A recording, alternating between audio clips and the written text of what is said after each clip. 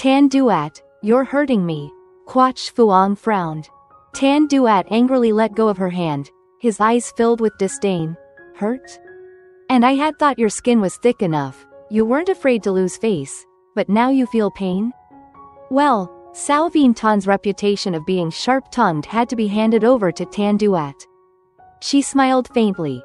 Tan Duat, don't you think that's a bit too much? Such a gentle smile could still leave Tan Duat puzzled.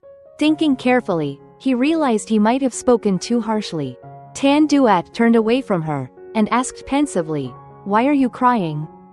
Are you concerned about me? You saying you have thick skin isn't wrong." Tan Duat was so angry that his chest was heaving. Quach Phuong suddenly wanted to laugh. Back in high school, Tan Duat also often became speechless by the things Quach Phuong said. Now, it felt like those high school days had just happened yesterday. "I miss my baby." Quach Phuong's whisper was carried away by the wind, but Tan Duat heard it clearly.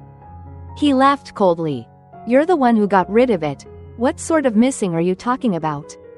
Don't you realize how fake you are, Quach Phuong?" Quach Phuong looked at him in confusion. "Didn't you tell me to get an abortion?"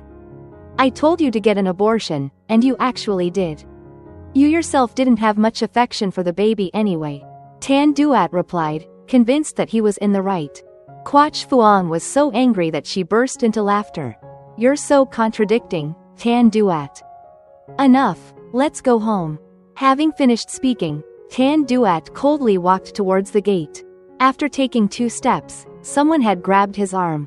"We've already bought the tickets. Let's finish playing and then go home," Quach Phuong pleaded, looking at him with slightly reddened eyes. Tan Duat remained silent for a while, but eventually gave in to her request. After all, there were only 5 days left, and he still had enough patience. In the cable car cabin, Tan Duat sat in the innermost seat, typing on his phone, while Quach Phuong stood by the window, and watched the sun gradually descend towards the horizon.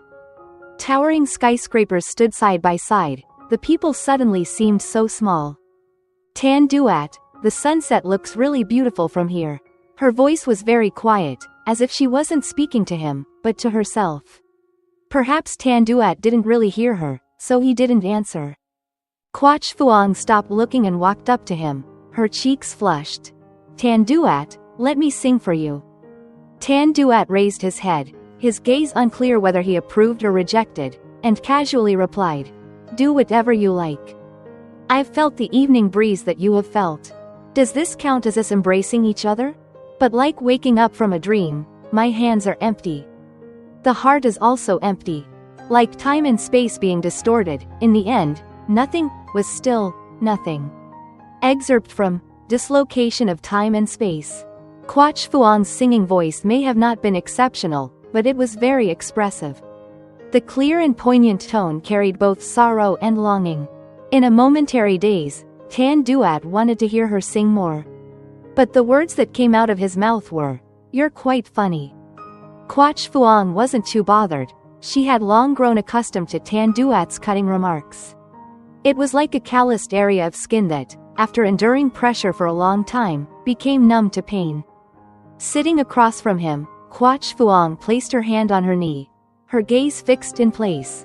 "Tan Duat, do you know that in exchange for just one fleeting encounter in this life, in the previous life, one had to turn their head 500 times?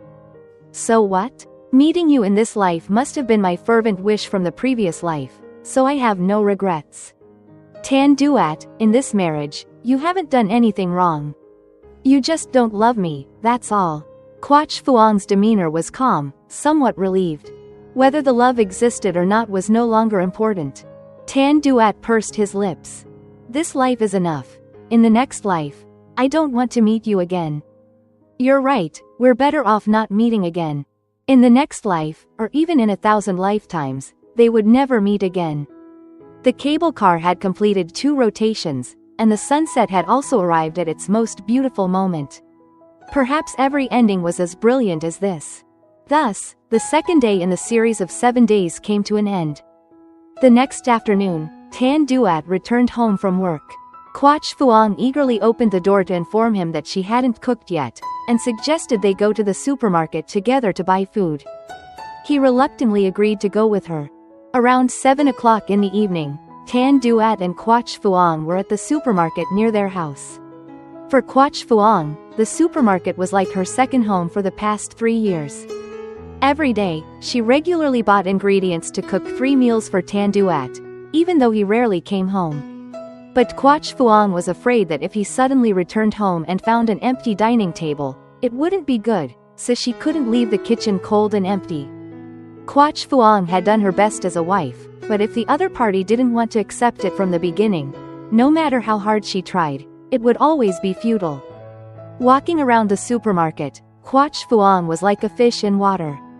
Standing at each counter, she would buy something, but then hesitate and reconsider countless times. Tan Duat felt that women's shopping habits were both tedious and time-consuming.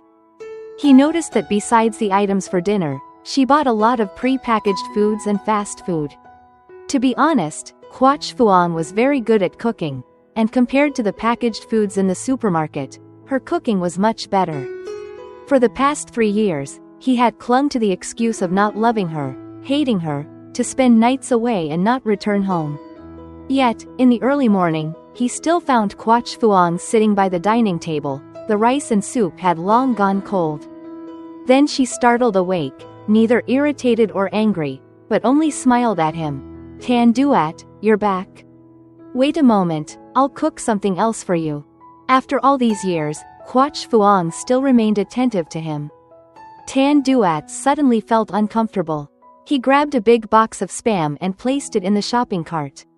Seeing this, Quach Phuong picked it up and put it back in its original place, before selecting one from the back of the shelf and putting it in the cart again. She leaned close to his ear and whispered, "Usually, the ones at the back are newer, with a longer expiration date." Tan Duat was speechless, his lips involuntarily curling up, making up stories, huh? "Tan Duat, wait here for me. There's something on sale over there, I'll be back in a moment." After saying this, Quach Phuong dashed off, leaving Tan Duat feeling helpless as he watched her go. It was nearly an hour before Quach Phuong finished her shopping. Tan Duat thought that she was buying out the entire supermarket. Later, the two of them walked home together, carrying large and small bags, shoulder to shoulder. Upon arriving home, Quach Phuong sorted the items she had just bought into the fridge, took the ingredients she needed to cook and washed them, while also instructing Tan Duat to pick out some vegetables. He grimaced. "I don't know how." "Then learn. Tan Duat, you're 26 years old already. Even children know how to do this basic survival skill, and yet you don't." "Fine, let's assume you're good at it." Irritated by her teasing, Tan Duat begrudgingly picked the vegetables according to her instructions. Some he had to pick from the base, some he had to separate the leaves to check for pests. It was all so annoying. After fighting with the basket of vegetables, Quach Phuong then asked him to slice the meat. "Oh my god, will it ever cook if you cut it that thick?" No, that's too thin. It will just dissolve into water once you put it in the pot." "Tan Duat, if you're so good, then do it yourself." "I won't do it anymore." Tan Duat tossed the knife aside, his face turning red. Quach Phuong hugged her stomach, and laughed until tears streamed down her face. "Tan Duat, you look so adorable right now." "Shut up." Quach Phuong wiped her tears away. "Okay, don't get angry. I just wanted to help you. After I leave, you can't always eat out, it's not good for your health. I remember that Nhan Tin liked men who could cook. Don't you want to learn?" Suddenly Quach Phuong mentioned Nhan Tin. Tan Duat stiffened. He didn't know why he felt unhappy, and a little uncomfortable. "That's my business, no need for you to worry. Nhan Tin is very picky about food, and has gastrointestinal problems. So, you have to be a little careful when it comes to cooking." Quach Phuong sliced the meat while speaking. Tan Duat tapped his hand on the granite countertop, and smiled coldly. "You seem to understand her quite well, don't you?" Quach Phuong paused momentarily, before continuing to skillfully slice the meat. "Not exactly, after all, she and I had lived in the same house for a while. Let's just say we're like sisters. She didn't tell him that back then, she did it to gain favor with the Go family and Nhan Tin. She had learned all about everyone's likes and dislikes, and tried not to let them hate her, to make them accept her as their daughter, who had been wandering outside for 18 years. Because ever since she was a child, she had lived in an orphanage, and was completely unfamiliar with the rules and customs of the upper class. Quach Phuong was afraid of disgracing the Go family, so every day, she tried to change herself. Quach Phuong, even if you're really the eldest daughter of the Go family, in the end, Nhan Tin's position in their hearts is still higher than yours. Tan Duat bluntly stated the truth. Quach Phuong's eyelids trembled, and her voice softened. I know, Tan Duat. Life brought people together and separated them. How many times could we really meet? That evening, Quach Phuong and Tan Duat still enjoyed dinner together. At the dining table, she suddenly started talking endlessly, covering topics from the neighbor's recently deceased dog, to the rising trend in fuel prices. From nature to society, she talked so much that Tan Duat got a headache. You're afraid that tomorrow you'll die unexpectedly, so you're trying to tell me everything today, right? Tan Duat asked helplessly. Quach Phuong was taken aback, and in a way, he was right.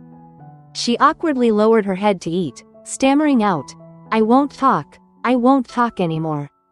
After that time in the kitchen, Quach Phuong never asked Tan Duat to help her cook again. She only reminded him to come home early to have dinner with her.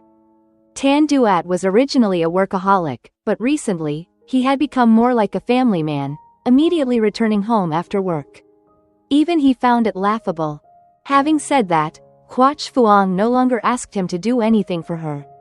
The two of them lived like a normal married couple, so normal that it felt unreal. But Tan Duat didn't know that the number of times Quach Phuong got sick had become more frequent. If it used to be once every 2 days, now it was twice a day. Painkillers gradually lost their effectiveness. She was afraid that Tan Duat would suspect something, so she limited the time she spent with him, and they only spoke a few words in the evening. Tan Duat discovered that Quach Phuong really liked watching TV. Every night after dinner, she would watch TV for a long time. One time, after taking a shower, Tan Duat felt a bit peckish and went to the kitchen for some fruit. As he walked past the living room, he saw Quach Phuong crying until her shoulders were shaking while watching TV. However, the screen was showing a variety show, which wasn't something to be so emotional about. Confused, he asked, What's wrong? Quach Phuong was startled, and wiped her tears with her hand. Her eyes were red, and her small nose was flushed. Dust got into my eyes. It turned out that some people looked more beautiful when they cried than when they laughed. When he confessed to Nhan Tin, she had cried beautifully too, but now he felt that Quach Phuong's tears were even more moving. Her fragile, flickering presence was like a candle in the wind, stirring a deep protective instinct in him. Tan Duat brushed off these strange thoughts, turned away, and said, It's late. Don't watch anymore, and go to bed. He knew full well that Quach Phuong was lying. She cleaned the house so many times a day that there couldn't possibly be any dust to get into her eyes. But if she didn't want to talk, he wouldn't press her. Tan Duat, please sit with me for a while. Quach Phuong looked at his back, her eyes pleading. It was a pity that he couldn't see the deep love and torment in her eyes. He sighed, not saying anything, and slowly walked over to the sofa and sat down. The space between them was about an arm's length. Quach Phuong bravely scooted closer until Tan Duat's scent was faintly present around her nose, before sitting still. The variety show on the TV continued, and the audience's laughter filled the room. But Quach Phuong and Tan Duat were strangely expressionless, the artificial light flickering over their faces. It seemed that in both of their hearts, there was a feeling that couldn't be expressed. After a while, Quach Phuong initiated a conversation. Tan Duat, do you still remember what happened in 12th grade? Nhan Tin said that she craved red bean buns from a shop 5 streets away from the school. You immediately spent half a day going there, and even waited in line for a long time to buy the buns for her. As a result, you got sick from standing in the sun for too long. For several days, when you didn't come to class, I would intentionally ride my bike past your house. There were many times when I wanted to ring the doorbell, but in the end, I only dared to place the food I made at your gate. The next day, when I continued to ride my bike past your house, I noticed that the bag of food had been thrown in the trash. Her voice was calm, without a hint of anger or resentment. She was only recounting an old story, but this calmness made Tan Duat's hands tremble and his body stiffen. At that time, my housekeeper thought that someone had randomly thrown away their food there. I didn't know it was from you. The reason he remembered this was because that bag of food had been prepared very carefully and meticulously, but not knowing who it was from, he had asked the housekeeper to throw it away. Quach Phuong stared at the TV, a slight smile present on her lips. Tan Duat, I understand. Is there anything else? Tan Duat carefully asked again. She continued. Yes, after you went back to school, your condition still didn't improve. I asked you about it, and you said you weren't taking your medication because you wanted your immune system to fight the illness on its own. At that time, I thought, how could someone be as naive as you in this world? Quach Phuong laughed. So I came up with a plan. I secretly bought medicine and put it in your desk. I told you that Nhan Tin bought it but didn't want people to gossip, so she asked me to tell you to keep it a secret. Just as I expected, Tan Duat, you happily took the medicine as if it were candy. Tan Duat's pupils constricted violently, and his heartbeat suddenly increased. His lips moved for a long time, as if wanting to say something, but no sound had come out. Quach Phuong's gaze gradually became blurry, and she could no longer see what was on the TV screen. Her voice seemed to float in a dreamlike state. You were very good at basketball, and had represented the school in competitions every time. But on many occasions, you got injured because of your opponent's dirty tricks. Tan Duat, it was me who put those band-aids and antiseptics in your backpack, not Nhan Tin. Tan Duat finally responded with difficulty. Why are you telling me this now? Quach Phuong closed her eyes, and her tears fell, spilling into the corners of her mouth. She didn't answer his question, but instead, asked another one.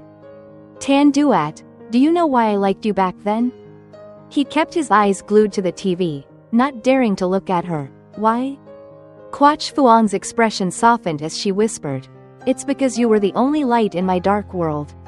I liked the way you played basketball with all your heart. I liked how you said childish things to annoy others, and I also liked how you never stopped working tirelessly for one person. Tan Duat, I like you. I've liked you for 10 years, 10 long years. Tell me, is my love for you as vast as the Atlantic Ocean?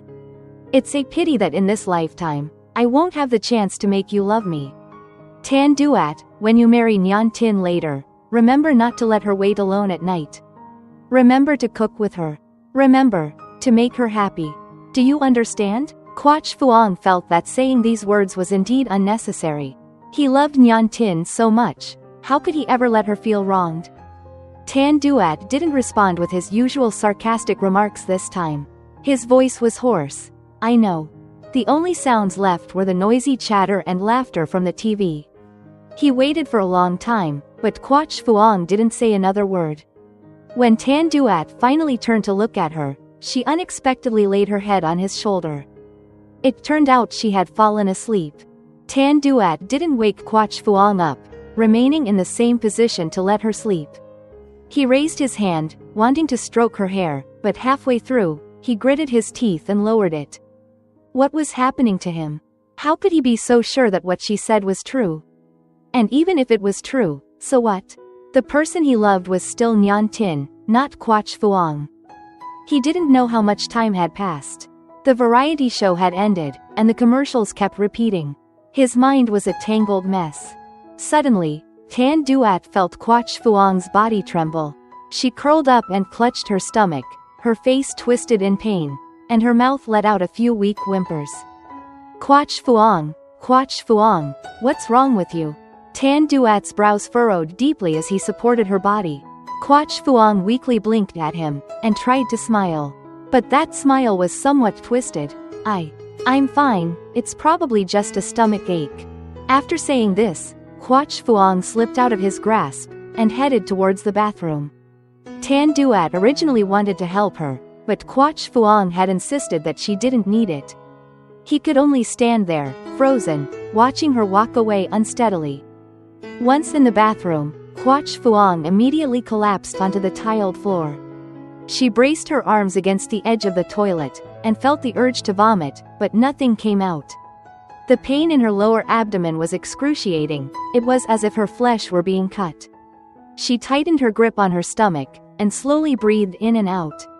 But the pain grew more and more intense as time went on. Quach Phuong had almost let out a scream. She could only bite down on her arm to suppress her pained moans. Outside, Tan Duat kept pacing back and forth, occasionally glancing at the closed bathroom door. Half an hour had passed with no sign of Quach Phuong coming out. Tan Duat began to panic, and was about to break down the door when it suddenly opened. Quach Phuong stood before him, panting heavily, her face completely drained of color. Tan Duat swallowed his saliva. His heart still hadn't returned to its normal rhythm. "Let's go to the hospital." "There's no need, it's just a stomach ache. Taking some medicine will be fine." Quach Phuong deflected. Tan Duat became frustrated by her disregard for her health. "Are you waiting until it becomes acute gastritis before you go to the hospital?" Quach Phuong smiled softly. "Tan Duat, I'm really sleepy. Let's just go to bed." She lifted her foot and began to walk towards the stairs, her steps steady. After a few steps, she turned back and said, "Tomorrow, let's go visit the Go family. It's been a while since I visited my parents." Tan Duat stared at her for a long time before responding, "All right." After all, it was late, and going to the hospital now would be inconvenient. Tan Duat thought that it wouldn't be too late to visit the Go family tomorrow and then take her to the hospital afterward. But he suddenly forgot that tomorrow was the last day of Quach Phuong's 7-day condition. Today, Tan Duat rearranged his work schedule to come home earlier than usual. When he arrived home, he saw Quach Phuong preparing various bags of different sizes on the table. From clothes to nutritional supplements, everything was there. There were even a few items that he couldn't identify. "Why did you buy so much? The Go family doesn't lack any of these things." Tan Duat went to help her pack the bags. His attitude was one of reluctance. Quach Phuong paused, her fingers trembling slightly. She lowered her head and continued checking the gift bags, saying, "We can't go back empty-handed. Consider it a small token of our appreciation." Quach Phuong knew that these items couldn't be compared to the wealth of the Go family. But at this point, she no longer had the time to repay the debt of gratitude to her birth parents. She could only do her best within her means. Even if she wanted to do more, she couldn't. 18 years away from her family's embrace, and even after getting married, she rarely visited home. Now that she wanted to spend more time with her parents, there wasn't much time left. Quach Phuong truly felt a sense of regret. Family love for her was like the wind, fleeting and intangible, impossible to grasp or hold on to. "Are you done yet?" Tan Duat asked. Quach Phuong nodded. "Yes, all done." "Then I'll take these out to the car first." "I'll help you." "Okay." Tan Duat chose a few lighter bags and handed them to her, while he carried the heavier ones to the trunk of the car. Tan Duat brushed his hands off, and turned around to see Quach Phuong struggling to stand by the front door, seemingly fiddling with her shoe straps. Quach Phuong was wearing a light blue long dress, her long hair hanging down to her waist. If he remembered correctly, Quach Phuong had never styled her hair, which was why it was so naturally black and long. Her personality matched her appearance, gentle and simple. Tan Duat had never seen Quach Phuong lose her temper. Her usual expression was one of sparkling, smiling eyes, the corners of her lips curving upwards. At that moment, Tan Duat's phone rang. Seeing the name flashing on the screen, Tan Duat's heart skipped a beat. For some reason, he suddenly felt that the phone in his hand had become 1,000 pounds heavier. In the end, Tan Duat still chose to answer the call. He moved his lips. "Nyan Tin." From the other end came a voice as sweet as that of an 18-year-old girl. "Tan Duat, how have you been?" "I'm fine. Why haven't you come to see me these past few days?" Nyan Tin asked, sounding hurt. She had just returned to the country not long ago, and the person she wanted to see the most was Tan Duat. But Tan Duat had only picked her up at the airport and nothing else. Tan Duat hesitated. Recently, I had some work at the company that needed to be handled. There was a brief silence from Nhan Tin's end for a few seconds, then she spoke up again, and asked, Tan Duat, don't you miss me? Nhan Tin's voice carried a hint of blame and disappointment. This move was enough to break down Tan Duat's defenses. He anxiously tried to explain. Nhan Tin, don't say that. You know very well that the only person I love is you. I've been waiting for you to come back. Nhan Tin smiled with satisfaction. Tan Duat, I've missed you a lot. Let's meet up. Tan Duat glanced towards Quach Phuong, not understanding how she had managed to cause all the gift bags to fall to the ground. Tan Duat quickly said into the phone, Nhan Tin, I'm sorry. I can't meet you today. Let's do it another time. Before Nhan Tin could even answer, Tan Duat had hung up. He quickly walked over to Quach Phuong, picking up the bags for her, and frowned. You can't even handle a small task. Quach Phuong supported her head with her hand. Earlier, she suddenly felt so dizzy that she had accidentally dropped all her things. I'm sorry. Tan Duat glanced at her ankle, and saw that the shoe strap was still undone.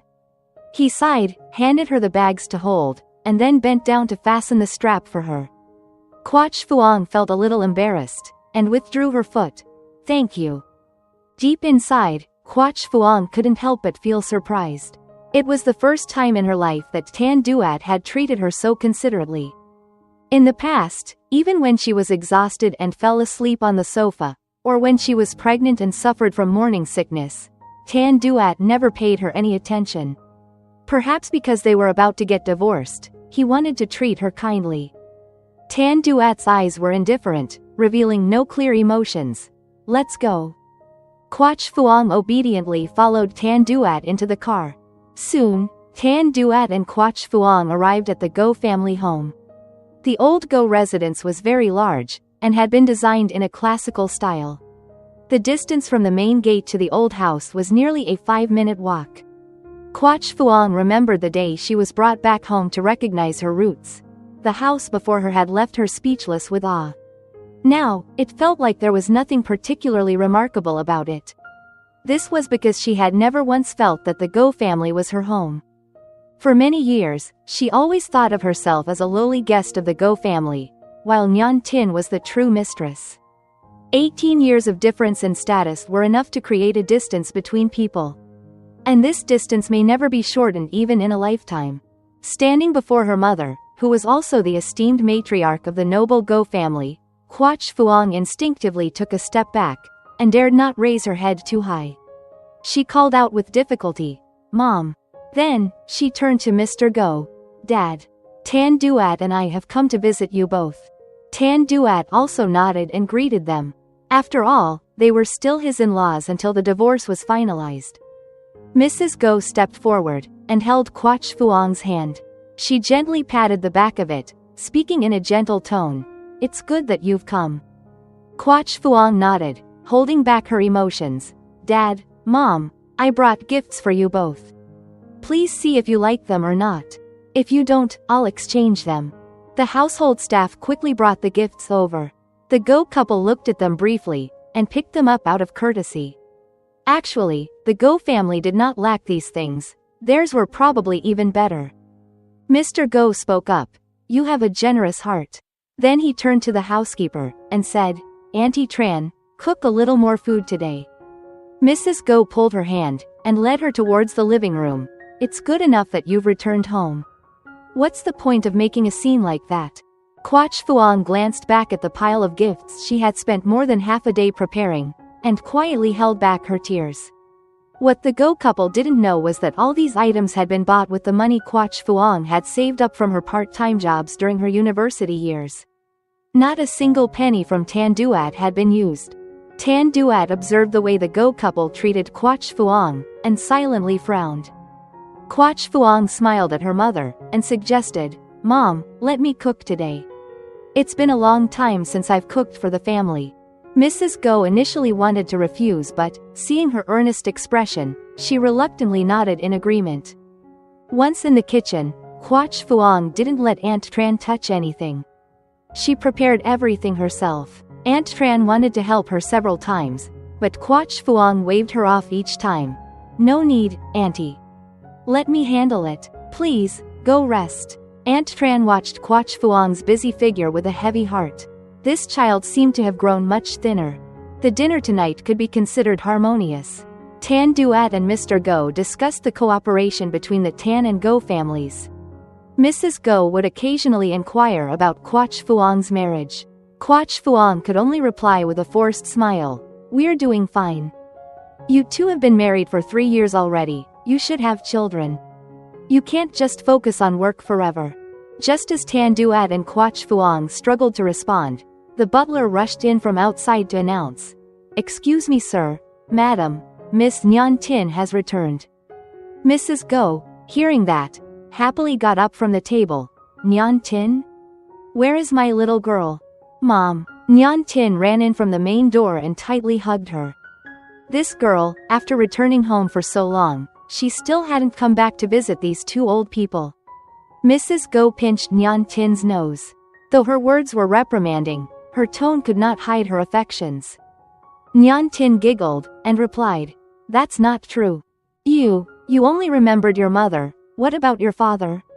Mr. Go grunted. Nhan Tin stuck out her tongue and quickly hugged his neck. "How could I forget my beloved dad?" But it was only now did Nhan Tin notice the presence of Quach Phuong and Tan Duat. Quach Phuong, she didn't care for much, but as for Tan Duat, it turned out he didn't want to meet her because he was busy visiting home with Quach Phuong. Nhan Tin's lips curved up as she greeted the two. What a coincidence, sister and brother-in-law are also here. She softly emphasized the words, brother-in-law. Tan Duat trembled, unable to look Nhan Tin straight in the eyes. Quach Phuong remained calm. Witnessing the scene of deep familial love without any emotion, she nodded. "I just arrived." Mrs. Go pulled Nhan Tin's hand to sit down. "You should eat too. It's all been prepared by your sister."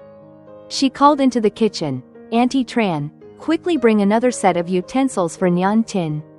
Remember, it's the set made specifically for her." "Mom, I'm not a child anymore. I don't need my own set of utensils like I did back then." Nhan Tin glanced over at Quach Phuong, and saw that she was still calmly eating, and lowered her eyes. The addition of just one person to the dinner table brought a much warmer family atmosphere. Tan Duat initially didn't understand why he felt suddenly awkward in front of Nhan Tin, but now he also began to say a few words to her. Laughter filled the dining table. Quach Phuong was like someone detached from this world, an uninvited guest. She wasn't sad or disappointed, having grown accustomed to it long ago. She just also wanted to be welcomed in that way. She also wanted to make her parents as happy as Nhan Tin did. At this dining table, only Quach Phuong was unwanted, and worthless. Nhan Tin was the beloved daughter of the Go family, doted on for many years. Nhan Tin was Tan Duat's lifelong first love. And Quach Phuong? She was an orphan who was brought back. She was a tool to balance the power between the two families. She was Tan Duat's temporary wife. She was someone who was about to die. It turned out that there were some things that, no matter how hard you tried, still wouldn't work. Tan Duat suddenly looked at Quach Phuong. He could see a faint glimmer of longing in her dove-like eyes. His chest suddenly ached, as if thousands of sharp thorns had pierced him relentlessly. All Quach Phuong ever wanted in her entire life was to have a family. "Nhan Tin, have you lost weight?" "No, Mom, I'm still quite chubby." "You are always focusing on your doctoral research all day long. Not only have you lost weight, but you don't even have a boyfriend." Nhan Tin is already 26, she should get married. Nhan Tin awkwardly looked at the Go couple, and then slowly glanced over at Tan Duat. Tan Duat, who was in the middle of picking up food, trembled and dropped it. Quach Phuong attentively picked up another dish and placed it in Tan Duat's bowl. She smiled and said, "Mom, Dad, don't rush Nhan Tin. It's okay for a girl to marry a bit later, she can find someone she truly likes." Tan Duat added, "That's right." Quach Phuong lowered her head, and looked at her half-empty bowl of rice. She felt a sour taste rising in her throat. Frowning, she swallowed it back down. You're right, getting married too early will often lead to unhappiness, and can easily end in divorce. Nhan Tin said with hidden meaning. Unlike what she had imagined, that Quach Phuong would leave in indignation, she remained as calm as ever, and even smiled at her. It was a beautiful smile, but it carried a heavy weight. After dinner, Nhan Tin stood up and said she wanted to leave. Despite Mr. and Mrs. Ngo's pleas, Nhan Tin refused to change her mind. They had no choice but to escort her to the door. However, Nhan Tin had just taken a few steps when her body suddenly staggered. As she was about to collapse to the ground, Tan Duat was the quickest to react. Before he could even process what had happened, he found himself holding Nhan Tin in his arms. Nhan Tin, looking as fragile as a porcelain doll, closed her eyes and fainted. Nhan Tin, Nhan Tin. Nhan Tin, what's wrong? Don't scare your parents like that. Tan Duat panicked, and quickly carried Nhan Tin to the car. The Go couple ran after him. If anything happened to Nhan Tin, they wouldn't be able to bear it. In an instant, the house was left with only Quach Phuong, the housekeeper, and the butler. Quach Phuong sat there silently. She wasn't sure what she was thinking about, her gaze lost in the void. A moment later, Quach Phuong felt that her face was wet. She raised her hand to touch her face, and found tears streaming down. No matter how much she wiped, they kept coming. She choked back a sob, and asked Aunt Tran, "Can you get me a tissue? It seems that I got some dust in my eyes." Aunt Tran, at a loss for words, handed her the tissues. "Thank you." After regaining her composure, Quach Phuong smiled and took Aunt Tran's hand. "Auntie, I bought a gift for you." She led Aunt Tran to where the gift bags were kept, and took out a cosmetic box. "Auntie, this is hand cream. Winter is coming, and since you often wash dishes, I noticed your hands tend to peel, so I bought this for you." Aunt Tran couldn't hold back her tears. "Miss, thank you. Just call me Phuong Phuong. In the future, please take good care of my parents for me." Quach Phuong's voice grew softer. "I'm afraid I don't have much time left." "Miss, what are you saying?" Aunt Tran couldn't clearly hear what she had said. Quach Phuong quickly forced a smile. "It's nothing, Auntie." She then took out another rectangular box with a luxurious design and called the butler over. "Miss, you wanted to see me?" She handed the rectangular box to the butler, who looked puzzled. "This is for you. My friends recommended this brand of glasses frames. They said they're very durable. Since I haven't been home for a while, I didn't know your prescription, so I could only buy the frames. Please get the lenses yourself." "Miss, this is too valuable. How could I? Please accept it for my sake." The butler reluctantly accepted the gift, quietly sighing. She was such a good child, yet her fate was too miserable.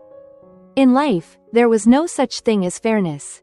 After everything was done, Quach Phuong returned to the kitchen to clean up everything. She didn't even let Aunt Tran touch the bowls and chopsticks. "Let me handle this small task. Auntie Tran, try to see if this cosmetic brand is okay to use. I'm worried it might not suit your skin. Just apply a thin layer first." Quach Phuong turned around, washing the dishes while talking to Aunt Tran. Aunt Tran followed her instructions. The product felt cool and pleasant on her skin. "It works very well, miss. Then I can rest assured." Quach Phuong arranged the dishes on the shelf, her dove-like eyes carrying a smile. "Back in 11th grade, I lied about my age to get a job as an errand runner in a restaurant. My regular task was washing dishes. It wasn't a big deal most of the time, but during the winter, it was dreadful. My hands were dry and peeling. One of the employees there saw it and immediately gave me this hand cream. I've been loyal to this brand ever since." Aunt Tran turned away, discreetly wiping her tears. How could this child have such a tough life? Quach Phuong finished washing the dishes, and took one last look around the house. It was so large, yet there wasn't a single place for her.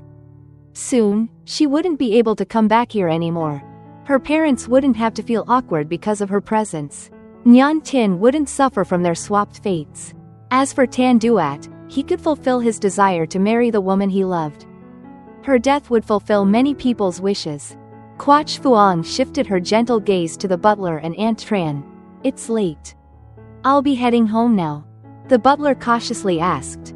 Miss, aren't you going to wait for Sir and Madam, and Mr. Tan to come back? Quach Phuong shook her head. When they return, just tell them I took a taxi home. Then let us see you off. Uncle, Auntie Tran, may I hug you both? Quach Phuong's eyes were filled with anticipation.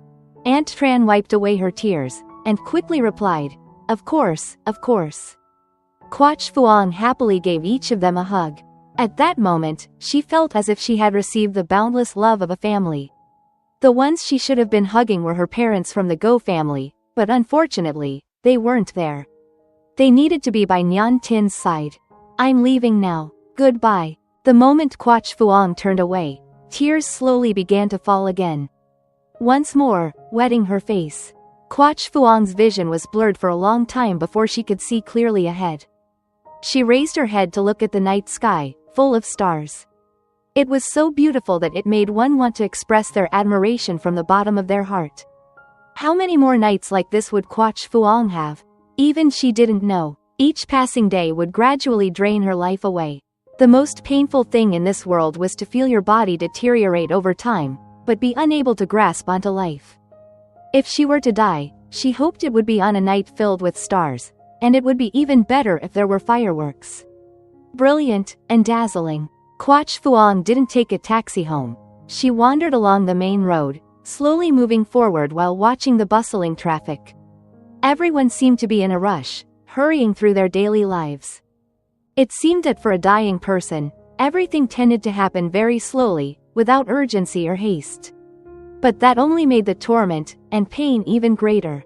Quach Phuong really wanted to know what Tan Duat was doing right now. Was he sitting anxiously in the hospital waiting area, clasping his hands, and praying for Nhan Tin?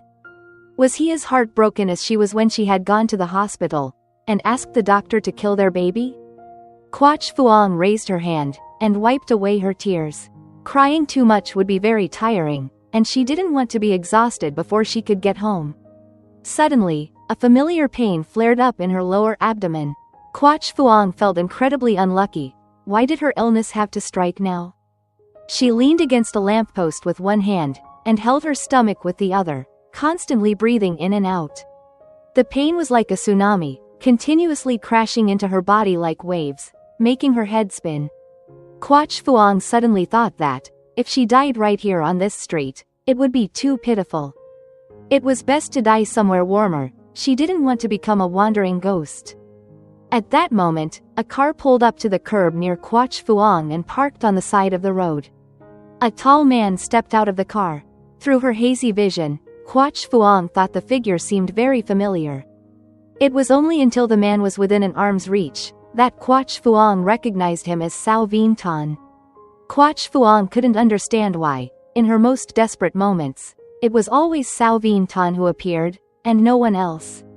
Quach Phuong clutched her stomach. It was so painful that she wanted to die. She forced a smile, and said, Vien Ton, what a coincidence.